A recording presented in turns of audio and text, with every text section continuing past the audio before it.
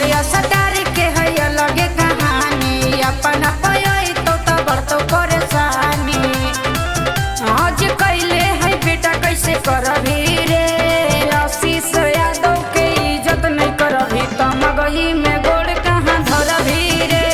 चिंटू राजा के तू इज्जत नहीं करभी तो मगही में गोड़ कहाँ धरभी रे।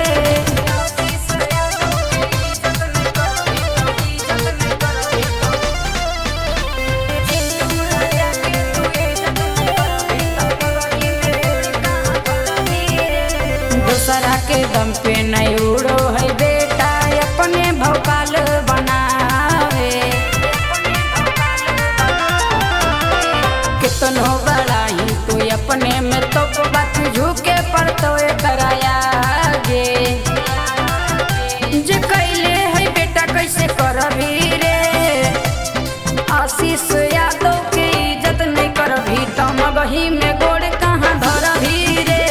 चिंटू राजा के तू इज्जत नहीं करभी तो मगही में गोड़ कहाँ धरभी रे।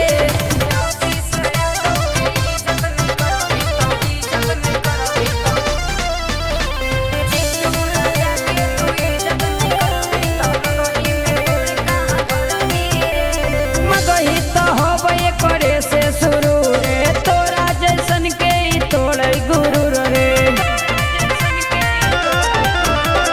मगही तो होबे करे से शुरू रे, तोरा जैसन के ही तोड़े गुरु रे।